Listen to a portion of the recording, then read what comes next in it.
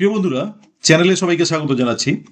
আমরা আজকে এসএলএসটি সংক্রান্ত বেশ কয়েকটা আপডেট দেওয়ার জন্য কিন্তু এই ভিডিওটা করছি।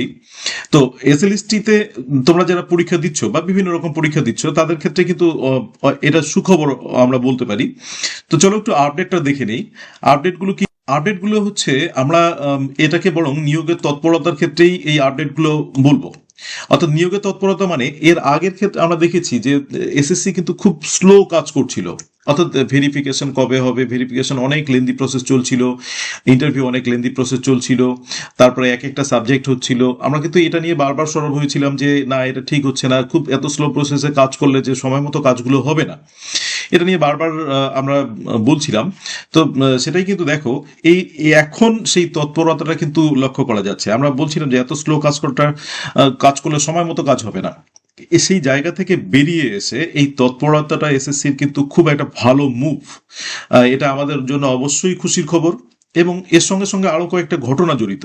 দেখো, ওএমআর 2016টা প্রকাশ হয়েছে। ওএমআর 2016টা প্রকাশ হওয়ার অর্থ হচ্ছে 2016তে চাকরি প্রার্থীদের সঙ্গে যারা চাকরি প্রার্থী ছিল, যারা চাকরি পেয়েছিল আর যারা চাকরি পায়নি, এইখানে কিন্তু একটা বিশাল সংখ্যক একটা সমস্যা তৈরি হয়েছিল। আমরা জানি বিশাল সংখ্যক দুর্নীতি হয়েছিল।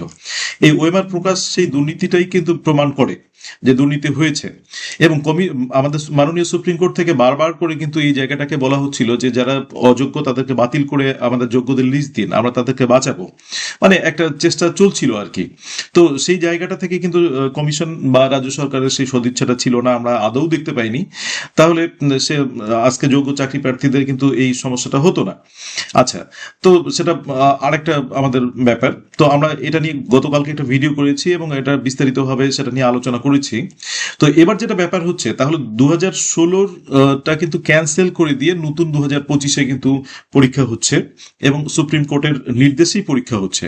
সুতরাং সেই জায়গাটা কিন্তু আর আমরা দেখবো না যে 2025-এর পরীক্ষাটা কোনোভাবে ক্যান্সেল হবে। অর্থাৎ এই পরীক্ষাটা থাকবে। আগেরটার ওএমআর প্রকাশ মানে দুর্নীতির একটা যে দুর্নীতি হয়েছে এটাই প্রমাণ। তো সেটা আমরা দেখলাম খুব তৎপরতার সঙ্গে, সরকার গঠনের তৎপরতার সঙ্গে সেটা কিন্তু প্রকাশ হয়ে গেল। আচ্ছা, এবার যেটা প্রসেসিং চলছে সেই প্রসেসিংটা কিন্তু 2025-এর প্রসেসিংটা চলছে। এইবার এই যে প্রসেসিং এর স্লো মোশনটা, অর্থাৎ স্লো গতিতে চলছিল, এবার মুভটাকে আমরা কিভাবে দেখছি যে দেখো, এসএসসি চেয়ারম্যান যিনি আছেন তিনি কিন্তু একদম মানে একদম খুব স্লো কাজ করছিলেন। এবং আমরা এর আগের ভিডিওগুলোতেও বলেছি যে দেখো, আমরা যখন একটা নতুন সরকারকে দেখবো, নতুন সরকার গঠন হওয়ার সঙ্গে সঙ্গে এই বডিগুলো কিন্তু চেঞ্জ হয়ে যাবে। অর্থাৎ সরকার তার নিজের মতো করে কাজটা করতে চাইবে, সুতরাং এই বডিগুলো চেঞ্জ হবেই। সেটা স্টার্ট হচ্ছে এসএসসি চেয়ারম্যান ইস্তফা দিলেন এবং এসএসসি চেয়ারম্যান ইস্তফা দেওয়ার সঙ্গে সঙ্গে কিন্তু উনিও চাইবেন যে নতুন করে সেটআপটাকে আবার একটু চিন্তা ভাবনা করা এবং ভালো করে তাড়াতাড়ি কতটা করা যায় সেটাকে ঠিক করা। তো এই এসএসসি চেয়ারম্যানের ইস্তফা দেওয়া এবং নতুন চেয়ারম্যান আসা, এটা কিন্তু একটা খুব বেশ পজিটিভ মুভ। অর্থাৎ আমরা খুব শীঘ্রই আমরা ভেরিফিকেশন এবং ইন্টারভিউ এর কিন্তু ভালো খবর পাবো। তোমরা নিঃসন্দেহে থাকতে পারো, এটা কোনো নেগেটিভ সাইন নয়। আরেকটা পজিটিভ সাইনের কথা বলছি। দেখো, যখন পজিটিভ সাইনগুলো থাকে সেই পজিটিভ সাইনগুলো কিন্তু বোঝা যায়। যেমন দেখো, চাকরি প্রার্থীদের বয়সসীমা কিন্তু 5 বছর বৃদ্ধি করা হলো। তার মানে এটাও একটা পজিটিভ মুভ যে না, এখানে নেগেটিভ কিছু পাচ্ছি না। 5 বছর মানে যাদের বয়সটা প্রায় মানে একদম ঠেকে গেছে তাদের জন্য 5 বছর এই বৃদ্ধি, তারা পরীক্ষা দিতে পারবে। এটা কিন্তু বিশাল একটা ব্যাপার, ভালো পজিটিভ মুভ। তো সেই পজিটিভ মুভ থেকেই কিন্তু আমরা দেখতে পাচ্ছি যে নিয়োগের বেশ একটা তৎপরতা দেখা যাচ্ছে। এবং এই নিয়োগটা কিন্তু আমাদের মনে হচ্ছে সেই 31শে অগাস্টের মধ্যে যদি সরকার চায়, এবং সরকারের সেই সদিচ্ছাটা দেখা যাচ্ছে 31শে অগাস্টের মধ্যে এটা কিন্তু শেষ করা কোনো বিশেষ কিছু ব্যাপার নয় তৎপরতা দেখালে। আচ্ছা, সেক্ষেত্রে দু একটা বাকি থাকতে পারে, নিয়োগের ক্ষেত্রে বাকি থাকতে পারে, কিন্তু এই মুভ মানে দেখলেই মুভটা বোঝা যায় যে না, একটা পজিটিভ অ্যাপ্রোচ। তো সেই পজিটিভ অ্যাপ্রোচটা কিন্তু আমরা দেখতে পাচ্ছি এবং খুব ভালো লাগছে। এবং সত্যি এটা তোমাদের পক্ষে বা আমাদের সবার পক্ষেই একটা সুখবর। স্কুলগুলোর পক্ষে সুখবর, তোমাদের পক্ষে তো অবশ্যই, যারা এতটা দিন পরিশ্রম করে এতটা দিন পড়াশোনা করেছো, এই দিনগুলোর অপেক্ষায় আছো বারবার পরীক্ষা হোক, আমরা কিছু একটা পাই। তো তাদের ক্ষেত্রে অবশ্যই এটা সুখবর। আমরা সেই সুসংবাদগুলো কিন্তু পাচ্ছি। আচ্ছা, এবার আসছি এবারে সেই তৎপরতা থেকে আমরা কি হতে পারে, তৎপরতা থেকে কিন্তু আমরা এটা আশা করতে পারি যে তাড়াতাড়ি যে এসএলএসটির বাকি প্রসেসগুলো আছে এটা কিন্তু এগিয়ে যাবে। এবার নিঃসন্দেহে বলা যায় যে এগুলো কিন্তু এগিয়ে যাবে, আর পিছিয়ে থাকবে না, কারণ এই পজিটিভ মুভগুলো থেকে কিন্তু বলা যাচ্ছে। আর একটা জিনিস দেখো, নতুন নিয়োগের কিন্তু একটা আশা দেখা যাচ্ছে। এবার নতুন নিয়োগের আশা কেন দেখা যাচ্ছে? ওই যে বললাম যে 5 বছর বাড়িয়ে দেওয়া, তার মানে যারা এখনো অব্দি এই সরকারের, আগের সরকারের জন্য চাকরি পাওনি, তোমাদেরকে 5 বছর বাড়িয়ে দেওয়া মানে তোমাদেরকেও একটা সুযোগ দিচ্ছে কিন্তু। সুতরাং এই নিয়োগটার কিন্তু একটা পজিটিভ সিগন্যাল পাওয়া যাচ্ছে। তো এটা কিরকম নিয়োগ হতে পারে?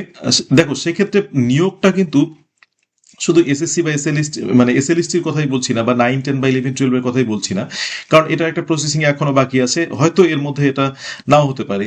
সেক্ষেত্রে আমরা কিন্তু আপার প্রাইমারির একটা নোটিফিকেশনের খুব আশা করছি, এবং আপার প্রাইমারির ক্ষেত্রে আমরা দেখেছিলাম যে জানুয়ারি বা ফেব্রুয়ারির মধ্যে কিন্তু এরকম একটা নোটিফিকেশন বেরোনোর কথা ছিল, সেটা কিন্তু হয়নি। তো এইবার কিন্তু আমরা সেই আপার প্রাইমারি নোটিফিকেশনটাও খুব এক্সপেক্ট করছি। এগুলো সবগুলোই আমরা একটা অনুমানের ভিত্তিতে বুঝছি, এগুলোকে একদম যে মানে বেদবাক্য এটা ধরার কোনো মানে নেই, বা আমি একদম সঠিক বলছি এটা মানে নেই, এটা অনুমানের ভিত্তিতেই বলা। কিন্তু এই এই সিগন্যালগুলো অবশ্যই আমাদের এটা প্রমাণ করে যে না, আমরা একটা আমাদের চাকরি প্রার্থী ভাই বোনেদের যারা এতদিন থেকে একটা মারাত্মক খারাপ অবস্থার মধ্যে ছিলে, এই গভর্নমেন্ট আসার পর থেকে সেই কিন্তু আমাদের সেই নতুন আশার আলোটা দেখা যাচ্ছে। এবং প্রতিশ্রুতিও এনারা সেটাই দিয়েছিলেন যে না, নতুন করে নিয়োগ হবে, চাকরি প্রার্থীদের ব্যাপারগুলো দেখা হবে। অবশ্যই সেইটা কিন্তু আমরা একটা সুফল পেতে চলেছি। আশা করি এই সমস্যাগুলো খুব তাড়াতাড়ি মিটে যাবে এবং তোমাদের নিয়োগটাও তাড়াতাড়ি হবে। কিন্তু যেটা বলার ব্যাপার যে তোমরা কিন্তু এই প্রিপারেশনগুলো নিতে থাকো, যারা ভেরিফিকেশন বা ইন্টারভিউ আছো তারা তোমাদের প্রিপারেশনটা নিতে থাকো, আমরা খুব তাড়াতাড়ি সেই মুভটা দেখতে পাবো। এবং যারা এখন কোনো কারণে একটা হোপলেস কন্ডিশনে আসো যে পরীক্ষাগুলো হচ্ছে না, তো তাদের ক্ষেত্রেও আমি এটা বলবো যে তোমরা নতুন করে একটু এই জায়গাগুলোকে দেখো। তবে আমার এটাও বলা যেতে পারে যে এই এসএসসি বা এসএলএসটির যে নিয়মগুলো আছে তার ক্ষেত্রে হয়তো কিছু পরিবর্তন হলেও হতে পারে। তো সেক্ষেত্রে তোমরা যেভাবে প্রিপারেশনটা নেওয়া যায়, আহ, পুরনো নতুন মিলিয়ে যেভাবে প্রিপারেশনটা নিলে নিজেকে একটু এগিয়ে রাখা যাবে সেভাবেই প্রিপারেশনটা নেবে। যদিও আমরা এখনো সেরকম কিছু আভাস পাওয়া যাচ্ছে না যে এই সিলেবাস থাকবে বা অন্য কিছু, সেটা নিয়ে পরের ব্যাপার। কিন্তু একটা আশা দেখা যাচ্ছে, সেই আশাটা নিয়েই কিন্তু আমরা আজকে অনেকটা উৎসাহের সঙ্গে এই ভিডিওটা করতে হচ্ছে এবং তোমাদের সেই আশার বাণীটাও শোনাতে হচ্ছে। তো অবশ্যই এগুলো সবার জন্যই সুখবর, আমরা সেটার দিকে এগিয়ে থাকবো। ভবিষ্যতে আরো এরকম অনেক হয়তো সুখবর পাবো, সেই সুখবরগুলো তো অবশ্যই তোমাদের জানাতেও ভালো লাগে। তো এটাই হচ্ছে আমাদের আজকের ভিডিওটা। Thank you for the video. Please subscribe the channel Let's Learn Blooming Birds and stay tuned.